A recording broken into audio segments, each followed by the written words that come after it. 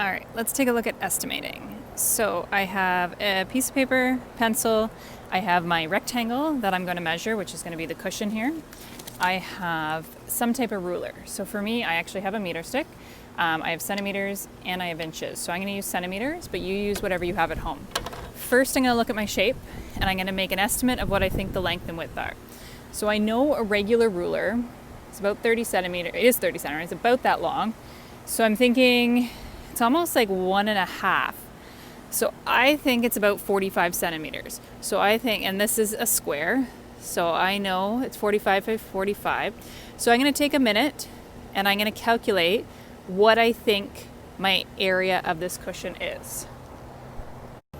All right, so I did my calculations and I got that it was 2,025 centimeters squared because I worked in centimeters, and a single length was 45, but when I made it two-dimensional, that's why we have the squared. So we have squared.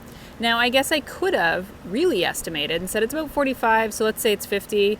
50 times 50 is a lot easier to do than 45 times 45. It depends how close you want to actually be. So then I'm going to go ahead and measure. All right, I know you have a bar in the way. It's just the only way I can do it is to hold up my phone. So I'm going to make sure I line it up to where the 0 is. And it is 42. Now remember, we can use decimals. So if you line it up, and let's just make this edge, and it ends up here, you could say I guess that'd be 16. There's a 10 there. 16.3. Remember, each of these little ticks is worth 0.1. It's a little different with inches, and you could ask someone to help you. But yeah, don't be afraid to use the decimals in between. And I know that this is a square, so the other way is going to be the same. Or it's not a square. Oh, look at that. I assumed it was a square. So we had this way, which was 42, and this way, 45. So I guess that just goes to show that we cannot make assumptions until we measure for sure.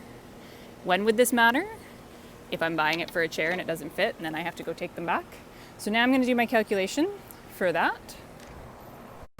All right, so now I've done my second set of calculations. I can see that my estimate was close, but it was over. So the last table of the column says how much difference. So my guess was 2,025.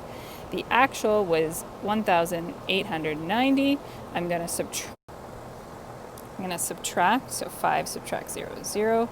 2 subtract 9, we can't. Nothing in the hundreds column, so 0. So I'm going to go over to the thousands column. I'm going to borrow 1,000 from there and bring it back to the hundreds. And then now I can borrow from the hundreds, and I'm going to make that into a 9. And now I have 12 subtract 9 is 3. 10 subtract 8 is 2. Ooh, a bug just landed on me. And 0. So I was over by 235 centimeters squared. And when I think about that, what is that number really? If I did a 10 centimeter by 10 centimeter square, so you could draw that on your page, 10 centimeters by 10 centimeters is 100.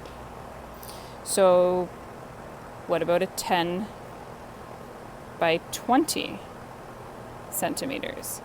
10 by 20 is 200.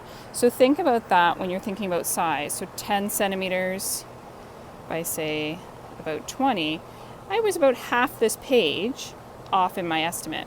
Not too bad, depending on what you're doing. Go ahead and give it a try. And remember, these are the numbers that you're going to put back into your table: your length and width, your estimate, your actual length and width, your calculation, and then the difference if you're over or under.